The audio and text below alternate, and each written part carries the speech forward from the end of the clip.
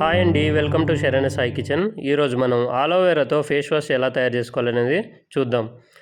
ఇప్పుడు అలోవెరా మొక్కను తీసుకొని దాన్ని చూపించిన విధంగా మొదల వరకు కట్ చేసుకోవాలి. మనం మరీ చిన్న మొక్కనైతే తీసుకోకూడదు, ఎందుకంటే గుజ్జు చాలా తక్కువగా ఉంటుంది. వీటిని బాగా కడిగి పెట్టుకొని లోపల ఉన్న గుజ్జును సపరేట్ చేసుకోవడానికి పైన ఉన్న చెక్కును తీసుకోవాలి. ఈ లోపల ఉన్న గుజ్జుని honey, almond oil, rose oil వీటితో మిక్స్ చేసి మనం ఫేస్ వాష్ని తయారు చేయబోతున్నాం. ఇలా మిగతా వాటి నుంచి కూడా గుజ్జు సపరేట్ చేసుకొని పెట్టుకోవాలి. ఇప్పుడు రోజ్ వాటర్ని మనం ఇందులోకి యాడ్ చేసుకుంటున్నాం ఫ్రాగ్రెన్స్ కోసం. విటమిన్ ఈ రీప్లేస్మెంట్ కోసం ఆల్మండ్ ఆయిల్ని నేను యూస్ చేయబోతున్నాను ఇక్కడ.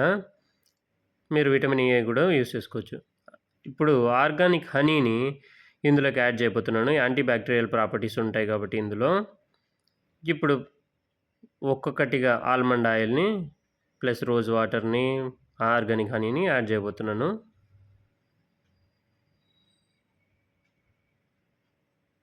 ఆల్మండ్ ఆయిల్ని వేసేసాను. ఇప్పుడు రోజ్ వాటర్ని ఒక 6 డ్రాప్స్ వరకు వేస్తున్నాను.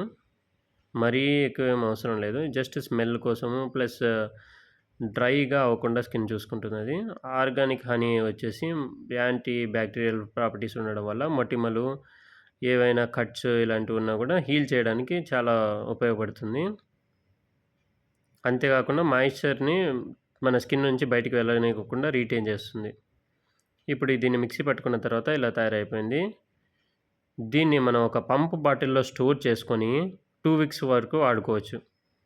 ఈ పంపు బాటిలే కాదు, ఏదైనా ప్లాస్టిక్ బాటిల్లో కూడా స్టోర్ చేసుకోవచ్చు.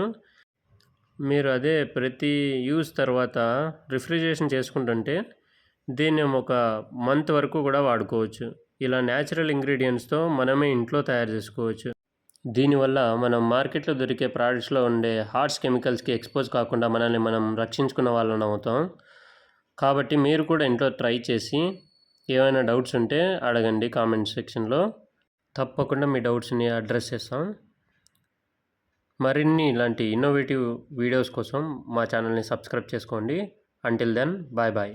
See you in another video.